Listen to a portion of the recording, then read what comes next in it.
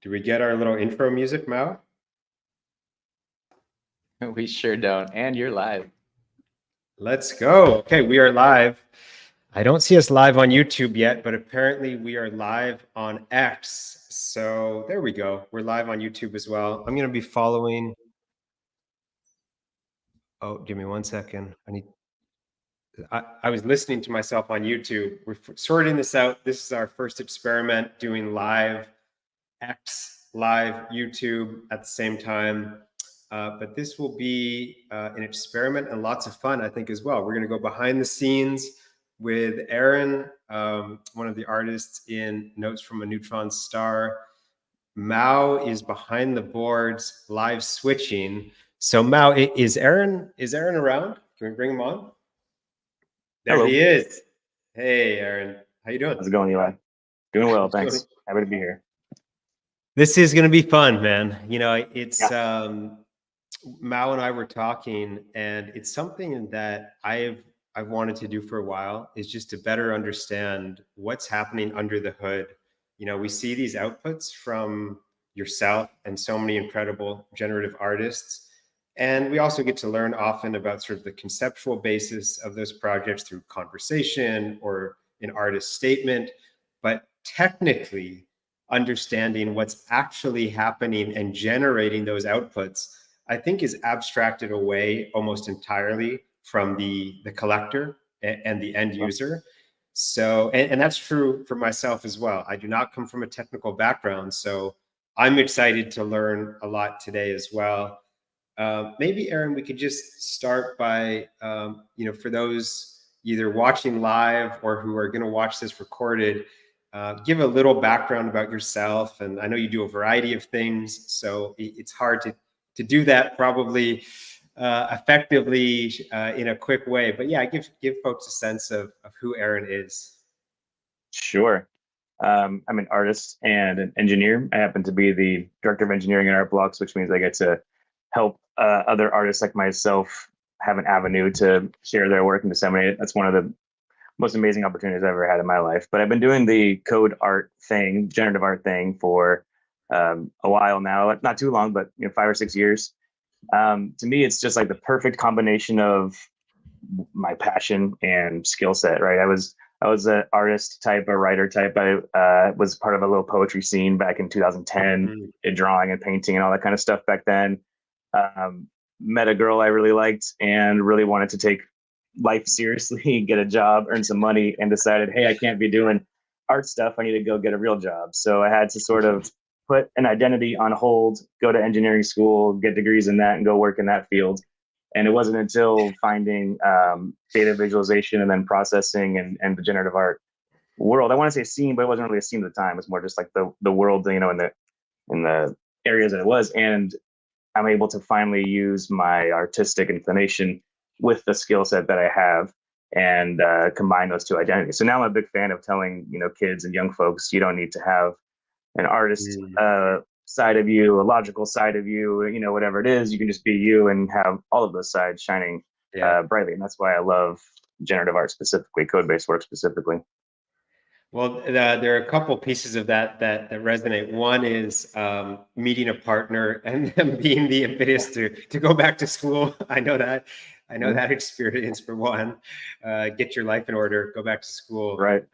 Get a real job, and then two, it's fun. You and I have spoken over the last, I don't know, year and a half or so, and our conversations fluctuate between either being about art blocks or about your creative practice, and the way that you partition your life and are able to do both is very inspiring to me. No, thanks. I got some practice at it. I've been doing it for a while in nights and weekends, right? Like in the cracks of my time.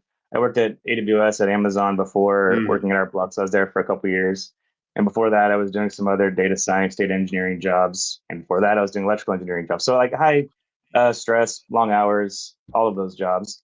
So for me, the artwork was like a release or event outside of that, 2 a.m, the rage, procrastination, or whatever you call it. I'm making artwork. And so for me, it's that balance is critical. Working at somewhere like Art Blocks is amazing because it combines the two worlds a little bit, but then my whole practice revolves around having something to kind of rebel against or bounce off of. So I'll be Mm. busy with my day job, technical, very strict rules around my code and PRs and all this kind of stuff. And then my artwork, I leave it intentionally messy and use that as an opportunity to kind of bounce against the day job energy. So when we get into Mm. my code, you're going to see it's pretty messy. That's sort of part of my process, unfortunately.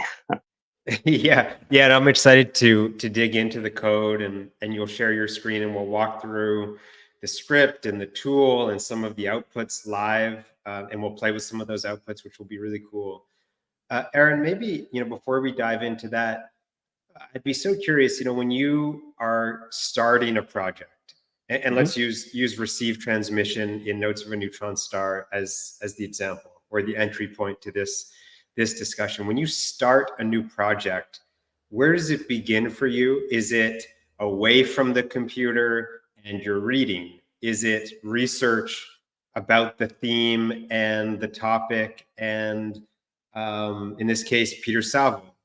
Is it in your Right. code and you're starting there? Is it on a walk and you're just sort of intaking and processing? How do you begin down the creative path for a new project? That's a tough question to answer. I'd say all the above. It just depends Yeah. on the day, the mood, the deadline, the whatever it is.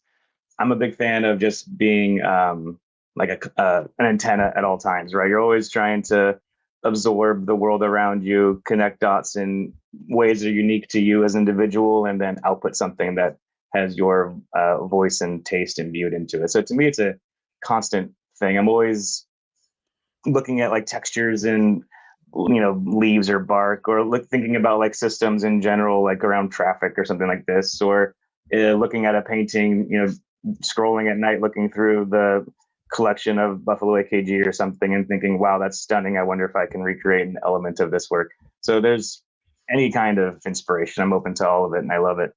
I think for this project, it was kind of a blend of two modes. One was a pretty specific brief, let's as me and Luke and Jesse were told, let's riff off of the Unknown Pleasures album cover by Peter Saville, of course. And to me, that's immediately like, okay, music, Joy Division, this powerful graphic.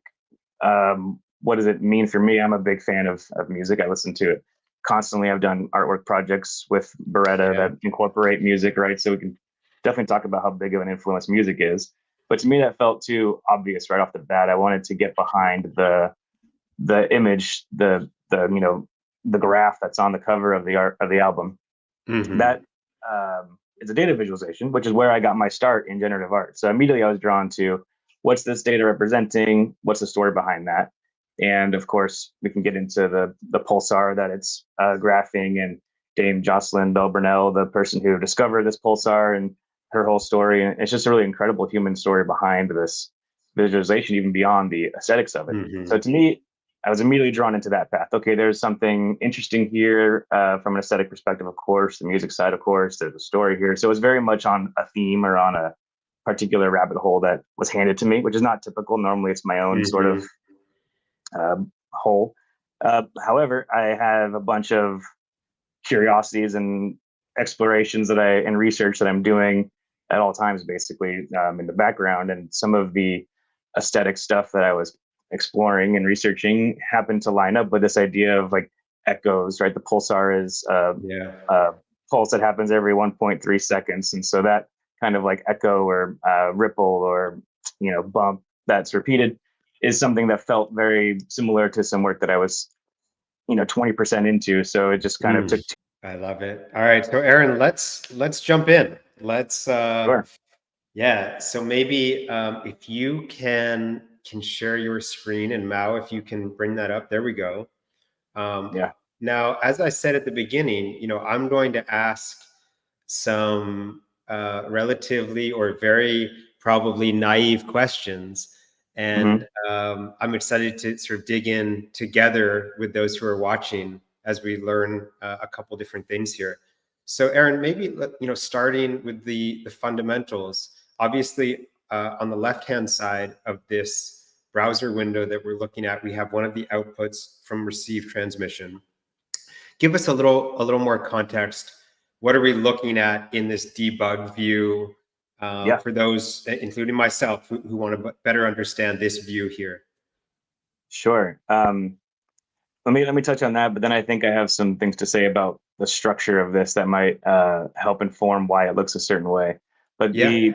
the debug view is honestly has been standardized for myself quite a bit over the past couple years. When I start a program, I like to pull over pieces from previous programs. I'm not as clever as Matt Delorier or other folks who make tool sets that can be reused in nice structures like Canvas Sketch or these other things. For me, it's really messy. Like I was saying earlier, I kind of like to keep it messy as a rebellious sort of mode of operating. But Yeah. the debug structure, I've started doing it a certain way. I set my parameters, my knobs that I'm turning at the beginning into a certain kind of data structure, and I spit those out in a table. So when you're looking at a project on OpenSea, for example, and you see all the features, usually that's what these represent, right? So because of the art blocks way of making since 2020, 2021, I've started doing this. You pull out your knobs to the front and manipulate them. That way you can showcase the features in your project later. That's not a typical way.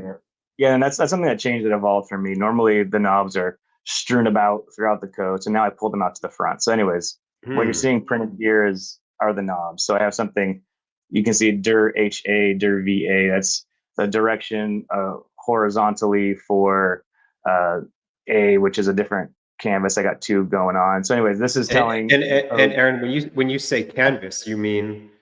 Oh yeah, I mean great. Yeah, I mean the HTML canvas. When I'm talking about canvas here, I don't mean like a conceptual white painting canvas. I mean like the object that I'm rendering pixels to.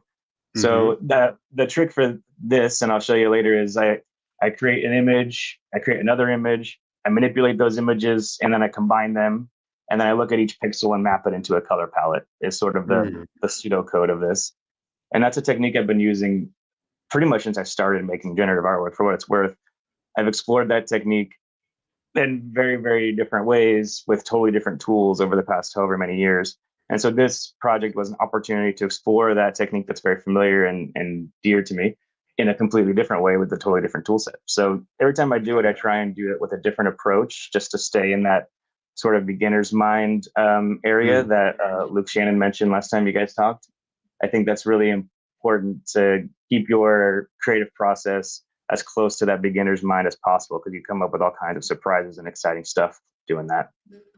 And Aaron, in this view, you're not able to manipulate the outputs. This is simply on the right-hand side, reading out the attributes from this output on the left.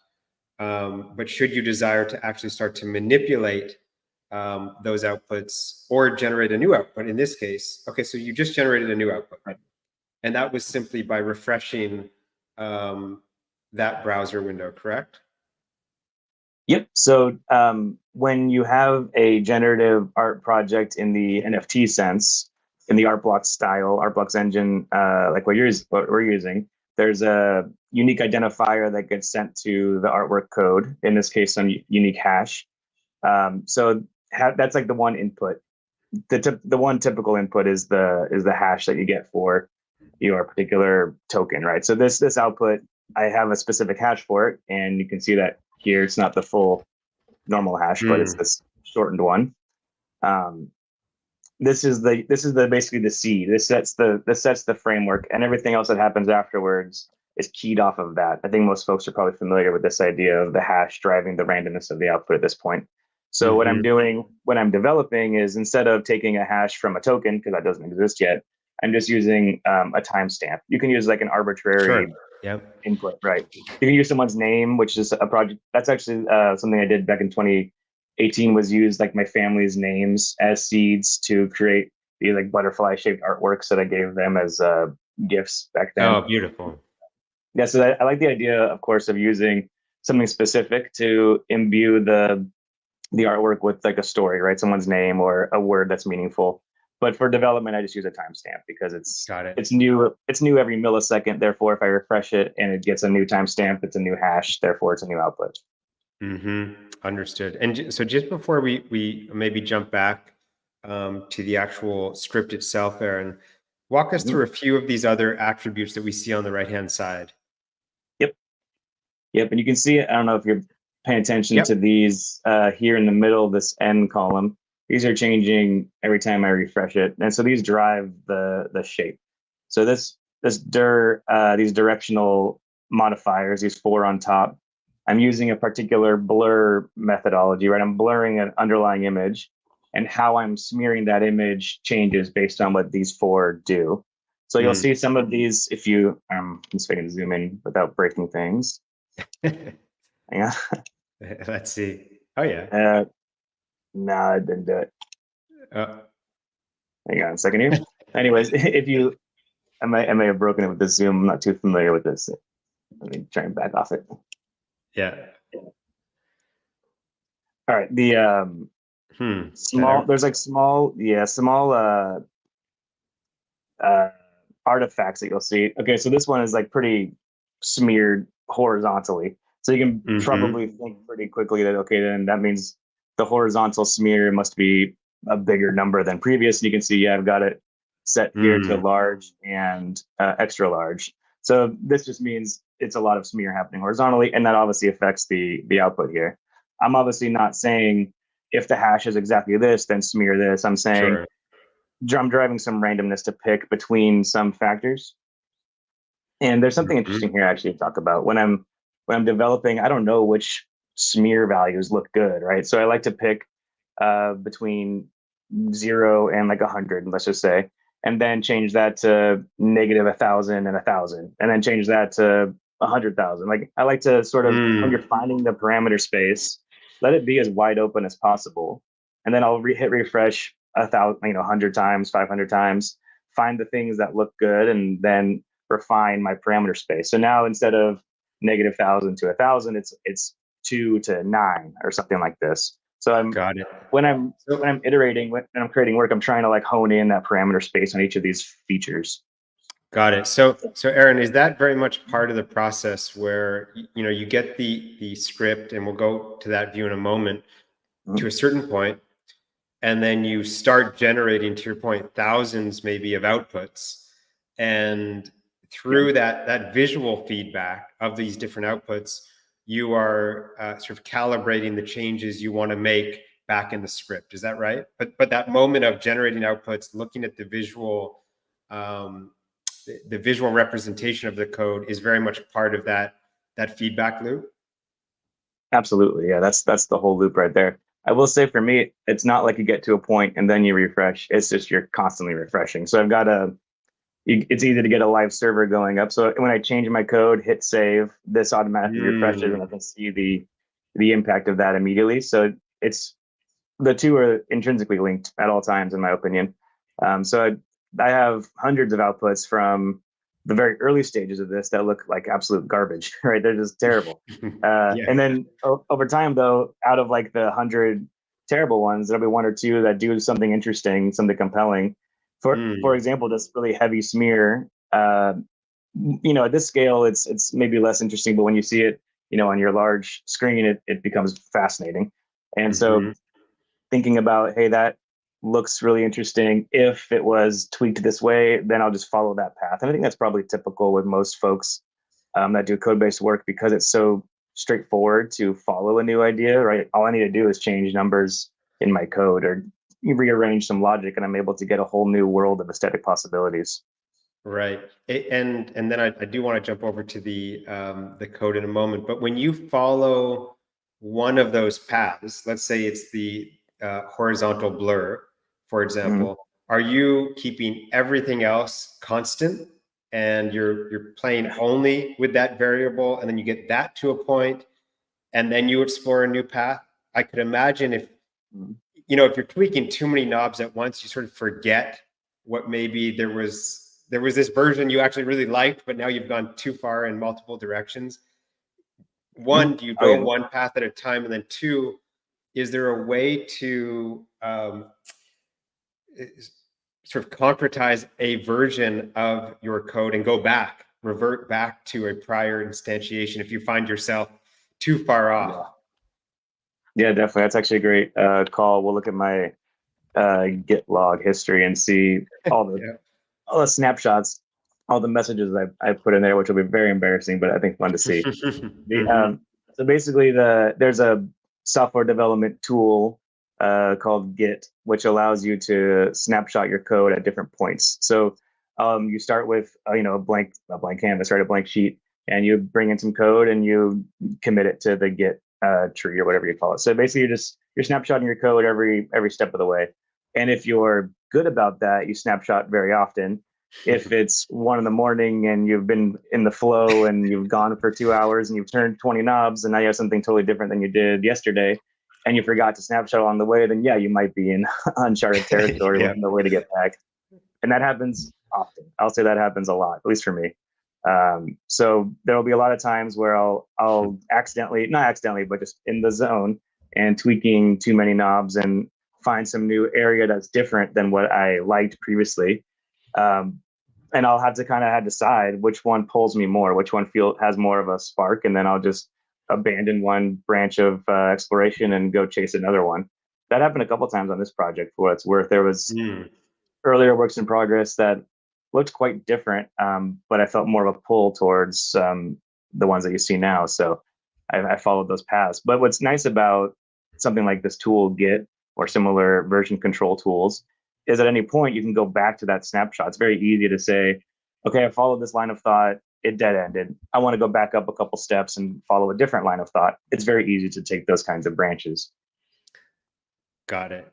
And we won't hold it against you that at 1 in the morning, in the flow state, that you're not Yeah, rigorous about committing to Git. Okay, Aaron, why don't we jump over to your code and now really go under the hood of receive transmission and maybe okay, so here we go. So let's start with the absolute basics, Aaron. So what sure. are we looking at here? Not specifically, but what tool? What are we looking at in sort of the most baseline level? Sure. And this is going to get messy, so feel free to interrupt me and Sure, redirect as sure. much as possible. I'm using just a text editor, Visual Studio, Visual Code, and it's just a really nice environment to work in because you can do lots of things that help software development, not to get too into it. But basically, I've got these files over here on the right, and I use several files to construct my artwork. Typically, I break it into, if I'm using shaders, it looks like this function shader script. And Aaron, a shader What is shaders? Yeah. Thank you. Normally, when you're writing like rasterized code to create rasterized images, you'll say something like draw a line from point A to point B, and it'll draw, P5JS or your Canvas API or whatever tool you're using to draw will draw a line. Sometimes you want to actually address all of the pixels at the same time, right? For example, in this project, I'm mapping between an underlying image and a color palette. So I want to say for every pixel, measure something and make it a different color depending on what that measurement is. If I mm, sat there and looped through, 1,000 pixels by 1,000 pixels, it would take the computer a long time to do so. Instead, I can leverage my graphics processing unit, right, my GPU, and that's designed with linear algebra and games and all this stuff in mind, and it can address all pixels at once. So instead of sitting there and looping over every single column and row of pixel, I can say for every pixel, do some math, and then all of it happens at once. So got it's it. a totally different way of working, right? So instead of saying draw a line from A to B, you would say for everything in this canvas, if the pixel matches the mathematical equation of that line, make it a black pixel instead of a white pixel, for example. So it's a Understood. different mode of operation, different way of thinking. Hmm. Shaders is the name of the tool you use to create those. That's the file type that you use to create it. You use Hmm. GLSL code, which is I'm going to forget the acronym right now because I'm caffeinated, but basically it's a different programming language. It's more C-like as opposed to JavaScript-like, which is what a lot of us use for the browser-based works. Hmm. So when I say what tools I've used to create this artwork in particular, I will say JavaScript and GLSL. In Mm. particular, I used P5 because I'm lazy and didn't want to go do all the scaffolding myself for the shaders. But So just that's it. quickly, Aaron, can you, and that's great, can you describe the difference between P5JS and JS? Yeah. So JavaScript is the name of the code that is most used in browsers, the code language. P5 is an incredible invention by Lauren Lee McCarthy, based off of Casey Reese and Ben Fry's work with processing, obviously. And Lauren is incredible. I highly recommend everybody in checking her out as an artist, let alone as a inventor. Yep, she's amazing. And the tool P5JS basically wraps a lot of the stuff you can do in JavaScript in convenience functions that match the processing paradigm. So, for example, if I just say circle and then some parameters, I can draw a circle using P5. If I'm using the underlying JavaScript, the what's called the Canvas 2D API, then I have to do some other thing. I have to say, here's a point, move 360 degrees, and then stroke, and then color that line that I just did and fill it in. So you have to, there's more verbose. So you can do it easily. I've got more experience with other languages than the Canvas 2D API, the raw JavaScript. So I like using the convenience languages to start. And then if I have time, I'll go back that out and port it over to the more raw stuff. But I don't want the tool to get in the way of the idea, right? The tool to me is a tool. It's a facilitator to get to the idea. So obviously I care very much, particularly with my role at Art Blocks, about having as few dependencies as possible and having things be as close to the metal as possible. I was an electrical engineer before doing generative art and data stuff, and so that's all C programming, microcontrollers. You're flipping bits and registers, so it's very close to the metal. So I have a love and desire to get back to that. I always think if I was to have no responsibilities, I would go full Death Beat mode, but that's a lot of effort. I don't know how he does Yeah. it. Yeah, he's amazing. Yeah. But anyways, Okay. so P5, P5 is a tool, a wrapper around some of the tools you would use if you were doing it with regular JavaScript. Got it. And almost all Art Blocks releases are based in P5JS. Is that right? That's a great question. I don't know if that's a true statement, but it feels right. A lot of folks use a lot of tools. Yeah. There's 3JS is another common one for using 3D rendering. A lot of folks use 3JS just for 2D shader stuff because it has nice scaffolding around it. When I say scaffolding, I mean in order to get your computer to do what you want, you have to do a bunch of building block work first. And that's boring to me. I don't want to spend time doing building blocks. ChatGPT exists now, and I don't need to do that. I want to do the interesting creative stuff. So Yeah. you can spend a lot of time getting into the building blocks, and you should at some point. Everyone should. And once you're familiar with it, then you can use the convenience tools. But anyways, we can get into the tools all day. Tools. So this is interesting, actually. The tools. If you talk to someone like Casey or Lauren or anyone, Matt, anyone who builds tools, I would say actually the majority of generative artists, code-based artists, build tools as part of their creative process. And I think that that's really powerful connection. I know back to Deppy, he's talked about this a bunch. The tools that you build empower the way you create, and maybe they're both the artwork, right? So it's all connected. I feel like the tools that you decide to use and build. Yeah. Let's go back to your code, Aaron. And Mao, if you can bring that up, that's great. Okay, so walk us through. So you sort of gave us some of the sort of foundational explanation of what we're looking at here in the files on the right-hand side, the shaders, for example. Just continue to walk us through what we're looking at and sort of help us visualize or understand how this is mapping to where we started, which was that debug view where we could see the output of this work. Yep, exactly. So we kind of rabbit holed on the shaders bit here, but let me just back up. What we're looking at right now is just an HTML page, super simple, like simpler than MySpace simple or GeoCities, right? This is just an HTML page with some standard stuff up top, and then it loads P5 because I happen to be using it for this particular project. And then I have some CSS, some styling. This is just ripped straight from the Art Blocks template, which is available open source on GitHub. And then I bring in my code. when it actually ships to, when I actually upload it to the Ethereum network, I'm not putting 3 different scripts on there. I'm minifying and combining all these 3 and then uploading that. So that's a different Right. step here. But while developing, I haven't broken out because I don't usually go into the functions file too often. So it saves me a lot of space. So let me open up these files real quick. Yeah. Yep. All right. So this is, like I said, super messy, and that's how I like it. So bear with me. But Yeah. one of the key things, of course, is this setting the hash.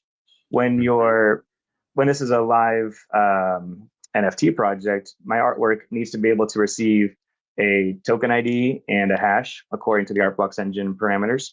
So I'm just jankily creating a random hash. Actually, okay, looks like I'm not using the timestamp for whatever reason. I commented out. Normally I use the timestamp. But basically I just want a random number to start the thing. And that this kicks off all of the randomness that we'll see later. I'm setting some aspect ratio stuff. So actually for this artwork, it's 16:9 by default, but I can show you later how to change it to any aspect ratio you want, which is kind of fun to see the artwork in different formats. In particular, I have a square screen behind me that runs my collection and other works back there for inspiration throughout the day, and I'll render a few of these in 1:1 aspect ratio to be able to fit up there. So this functions files can be pretty boring to look at because it's just a bunch of like helper stuff. Like get dim is what I use to get the dimensions. Measure the browser, figure out how much width and height I got to play with, make my artwork that. And this is actually a potentially revolutionary thing, right? The resolution independence that most projects that have the art block style must use because they're future proof. They can be any size, which is amazing. But most of is it true that most of what you just walked us through in this functions file is about display and less about the composition of the work itself? That's a great question. I would say yes. I would say yes. Or maybe not the display versus composition, but the stuff that's less specific to this project lives in this function file. Yeah. So makes sense. Yep. So when I go to my next project, I'll copy and paste this functions file and iterate it and tweak it and change it. I don't use a standardized functions one because inevitably some nuanced thing will change, and I want to change it just for that project and not everything else. And I like that flexibility, even though it's bad software development practice. But some stuff like, for example, this one, very HSL, that's hue, saturation, lightness. That's a color space. So if I say like, if I define a color, you can define it as RGB, right? Red, green, blue values, mixing paint. I could define it as HSL, mixing light, basically is how I think of it. I don't know if that's right or not, but that's how I think of it. So I wanted to be able to say, for a particular pixel or area, make it black, but don't make it the same black every time, make it slightly different black. So then I want to tweak the HSL knobs. So I've got a function here to allow myself to do that. The one interesting thing in this file is the color palettes. And you can see this is kind of how I do the weighting. And this is interestingly wrong. Basically, I have, for example, this is how I'll pick some of the features, right? So I have these different color palettes. I define them explicitly, right? Like these are the exact hex codes that will pop out. But I've got this very HSL function, so it'll be, slightly adjusted from that. But the way I write this is telling for how I write all of my parameters. That table that we saw at the beginning is for this palette list, right? I've got 1, 2, 3, 4, 5, 6, 7, however many it is. Pick one of them. And the way my code picks it is based on the weight that I've given. So if it has a higher W number, it'll pick that one more often. So this is actually 30. But for example, I got Halcyon, a color palette that I've used in rituals and passages. I really like. It's got a lot of depth to it, and you can see it has a lot of colors to it, therefore a lot of depth. But that one's not going to show up as often as the rest of them. And if you're looking at the numbers trying to game it out, these are different numbers than the actual script that I'll be uploading. So don't sweat that. Okay, so one of the this is maybe this is going back to the working quickly and not being overly precious about the cleanliness of the code. Why was that last one with the weighting of 3 sort of in line from the others? Oh yeah, that's just the auto formatter. I use a standard formatter called Prettier.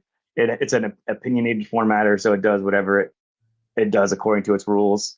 Got So it. I'll format my code according to that, just so I have one less logistical thing to think about, right? Sure, sure. So since there's so many colors, it just bumped it down to a new line. But Got it. I've got a color palette here called as Ian for Ian Curtis, the lead singer of Joy Division, and I've I got love it. So good. another palette called Jocelyn for Dame Jocelyn Bell Burnell, the discoverer of pulsars. Amazing. And And Aaron, do those palette names make their way into the attributes for the end user that we would see on a marketplace, or no? yes, that's the intent. Um, Interesting. Very cool. I think we need to do some testing to make sure that is what's going to happen, but that's the intent. Yeah. Yeah, got it. Got it. Got it.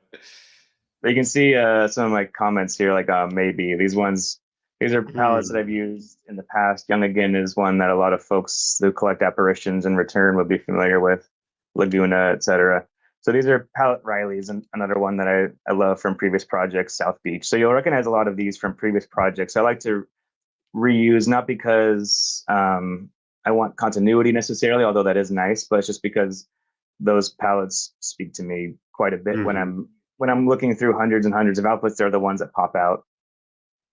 And you can see for this particular project, I brought in all of them, and I went through and tested each one. And I said, okay, is this one good? And I'll dial up the weight to a big number, so that way it always shows. I'll hit refresh 20 times, 50 times, and if it's just not working, then I'll get rid of it. So for this particular project, the way I've got the smear and the whole idea of it, that color palette didn't work, so it goes into the commented area. I wanted to keep it kind of limited for this project because there's this idea of space, and there's only 100 outputs, and there's several conceptual reasons why I wanted to limit it. But one thing I think is interesting to talk about, just because it's confusing for folks, confusing for myself, is this Oracle color palette. This is something that I did with apparitions in order to subvert the idea of rarities a little bit. And then later in my project, Within Without, I added an element that allows you to search for your Oracle color palette as a rarity. But basically, this palette is a whole spectrum of palettes within itself. I say this CB is black, CW is white, just a certain black or white depending on what I want for this project. And so make the color palette black, make it white, and then pick a random color from the Zephyr palette, which is this list of colors right here. So if you get an Oracle, it may be one of the more common ones, but it's actually one of the more rare ones, because only a couple are going to have this light blue combined with black and white, and it'll be a very unique output. So it's sort of like a hidden layer of aesthetics over rarity is how I like to think of that one. Yeah, very cool. So within the palette Oracle, there's actually many and very diverse palettes within that. That's very cool. Exactly. Another thing to note is the CB and CW. This is kind of fun.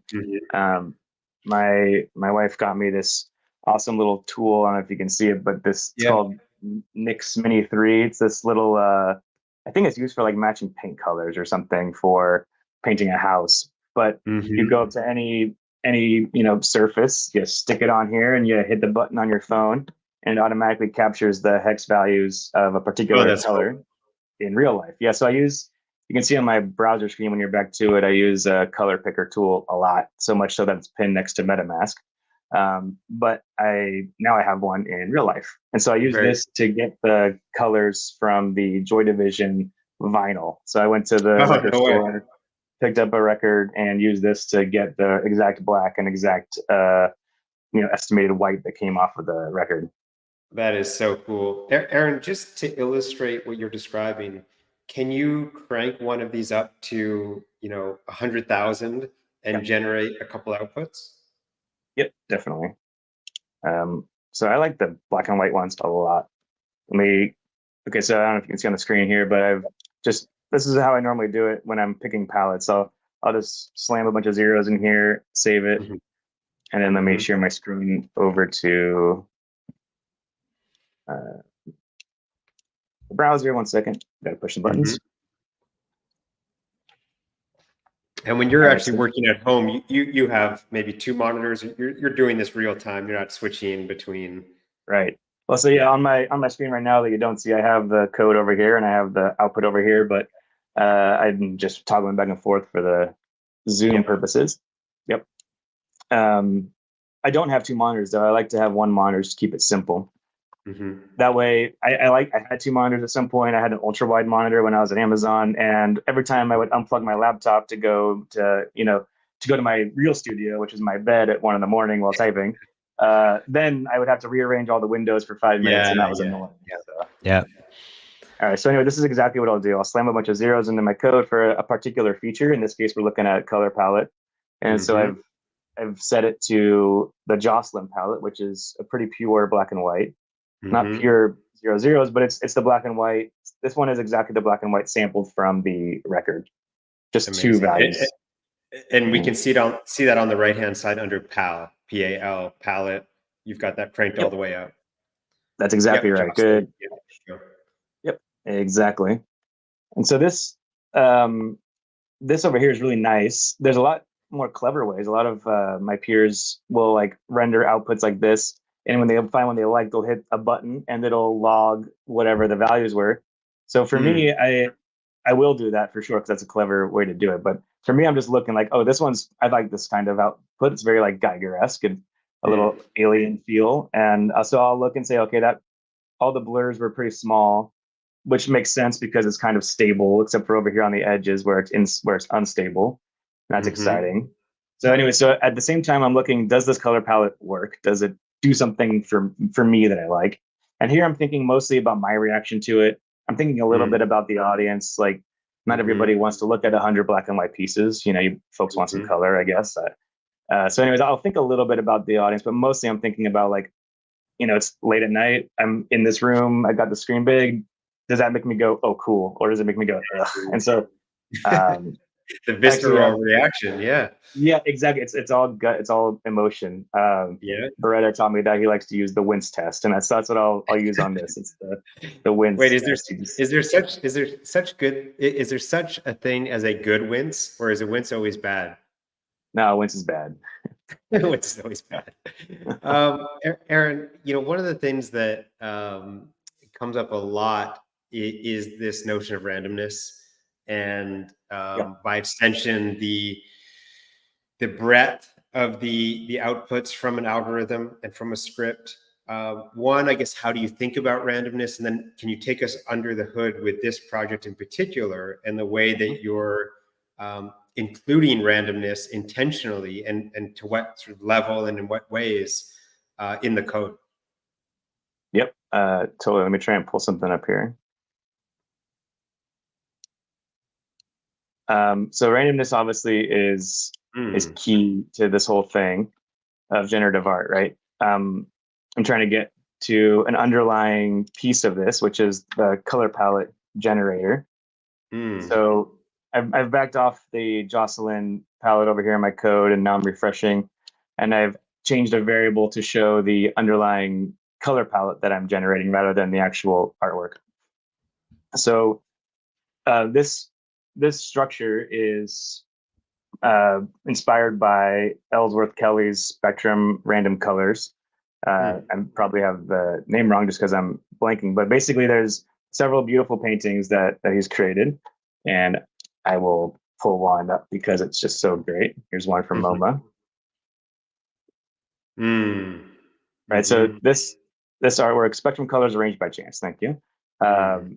This is probably one of my favorite artworks of all time.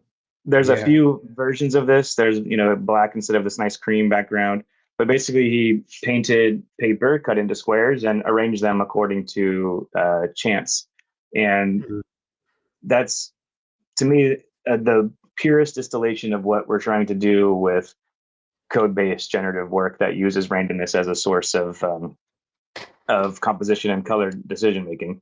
Right. So to Mhm. me, bringing that element into this project in kind of a subtle, sneaky way felt very powerful and fun. And so this is, instead of having the color palette be those 4 hex values that you saw in my code, I'm using those 4 hex values to construct this image. So this image is underlying every single one of these receive transmission outputs. It just so happens that I'm using this as what is being mapped onto my other image, and we can show that later. So anyways, when I think of randomness, I think of it as a core element of what we're doing within parameters, right? Like I was said earlier, you're trying to, you can't just have it be infinite parameters, all randomness, you'll get a static TV screen. And so it's the artist's job to act as a curator, I think, and really imbue the work with your tastes and say, if I shrink this parameter here and this parameter here, and I only give this much wiggle room, now I have something that speaks to me. A different artist will have a whole different parameter space that's interesting to them. So I think that's where the personal taste and creative process really comes in, is shaping this randomness. And to me, Aaron, it's a tool. Yeah. When you say wiggle room, what does that mean in the code? Yeah. I can show it back over here, but it's basically just jitter is the word for it. And I can probably say a little better. I'll say I have a function called RJ random jitter, and I'll give it a value like 10, let's say. I'll say RJ 10, comma 1. So that means pick a value between 10 minus 1 and 10 plus 1. So pick a value between 9 and 11. So you basically say, like, here's the center point that I like. Pick a value between the boundaries around that center point. And you can define those boundaries and define that center point.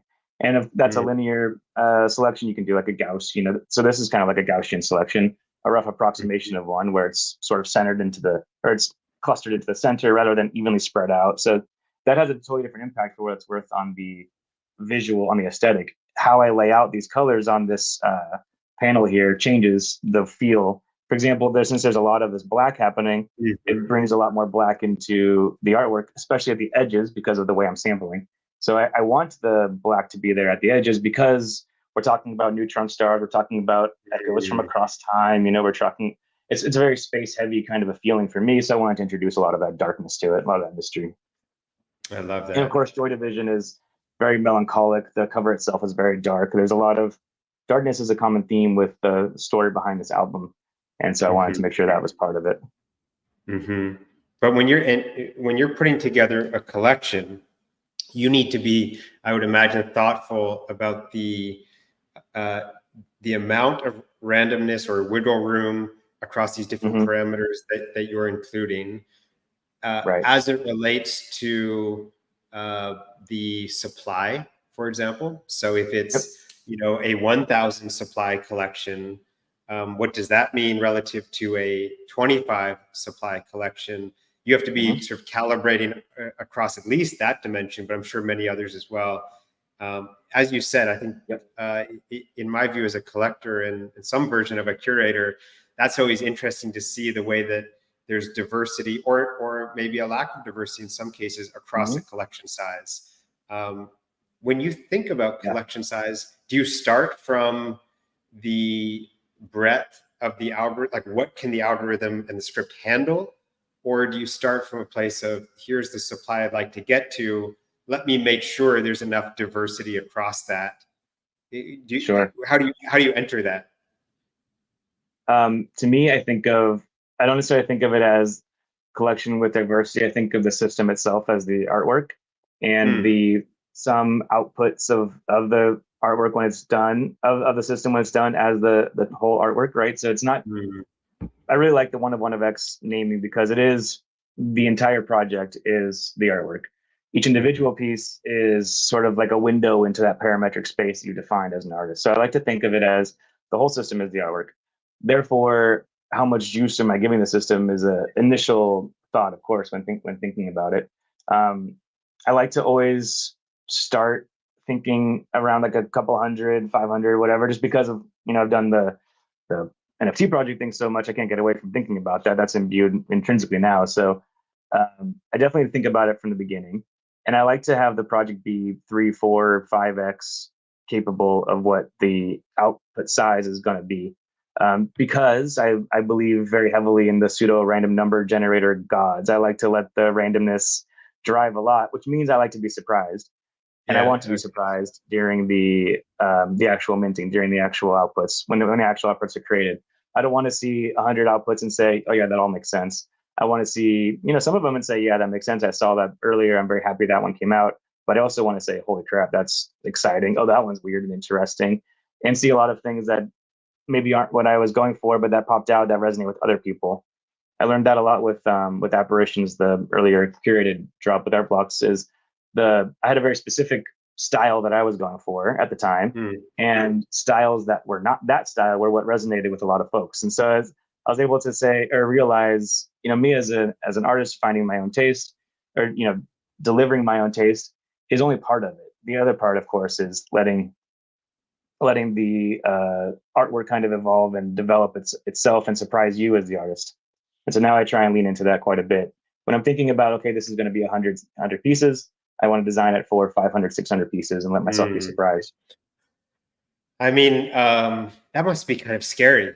Like Oh, yeah. Once that script is on mainnet and minting starts, to be totally two things. One, completely hands off at that moment, and two, to your point, Aaron, exactly, be okay and sit with the fact that you will be surprised and that you will, the system will create artifacts of you and of your work that may surprise you in ways you did not expect. And so to be okay with that as an artist and as a creator is commendable, because I think it would be easy to be extremely precious about every artifact that ever emanates from you and your systems, but to be able to be both of those things, both precious, but also okay, letting go just a little bit and letting the system that you've created have some autonomy, so to speak, is very, very, very cool. Is there anything else before we? Oh, sorry. Yeah, I was gonna say, no, that what you're talking about there to me is super, super important.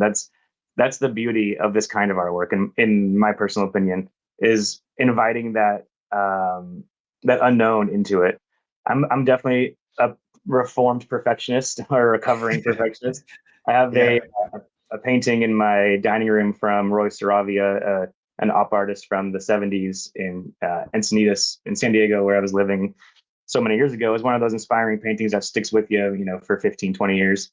And I was able to buy it after some time. And the painting, when you look at it closely, is very imperfect. It's a grid of blue triangles, and it looks very rigid and geometric from a distance. And you get up close, and the whole thing is just triangles, right? So how hard can it be to paint, hard edge triangles?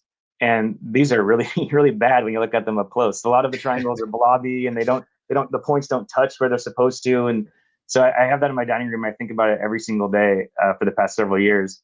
Is that painting has inspired me for 20 years, which is wild to think about.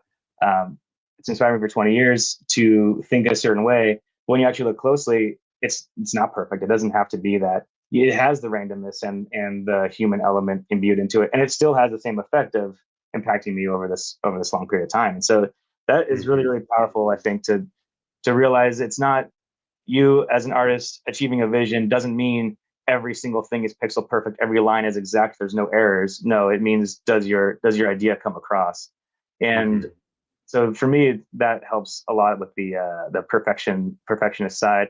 Letting the randomness have more control lets me feel more comfortable with not being a perfectionist. So that's a very personal part of it. But the other part of it is randomness. Herbert Frank wrote about this. Randomness is one of the core elements of creativity, maybe as an evolutionary idea. So maybe where does creativity come from? Potentially humans were trying to solve problems. And if you do a thing logically, you'll get to the same result every time.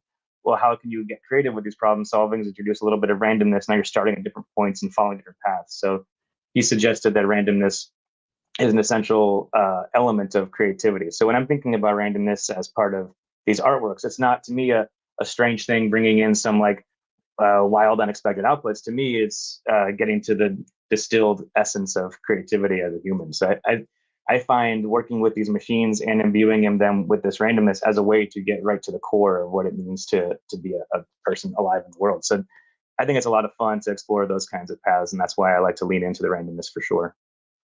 I love that, man.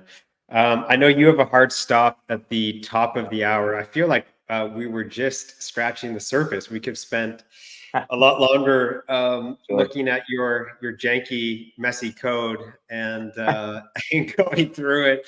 But it's so cool, man. It's really, I've really enjoyed this, getting to go behind the scenes a little bit and better understand the way that you've created receive transmission in this project. I mean, going as far as capturing at the record store those palettes and bringing those into your code and then into the outputs is so cool, man. So we should do this again. Sure. I just appreciate the time. Fun to experiment with this live screen sharing. Appreciate Mao behind the scenes. Look at that. He popped that up. That's pretty cool. So we should do more of this, but just appreciate the time, Aaron, and excited for this Thursday. Look at this. Mao's on it. That's cool. That was on point as always. Yeah, no, I had a wonderful time. Anytime we want to get deeper into the code and into the tools behind it, I think it's exciting. The idea that a lot of folks who are technical have a creative side in them, and a lot of creative folks have a technical side in them, I think is more true than we know. So bridging that a little bit is always fun. Yeah. All right. Thanks so much, Aaron. Thanks, everyone. Yep. Talk to you later, Eli. Bye. See ya.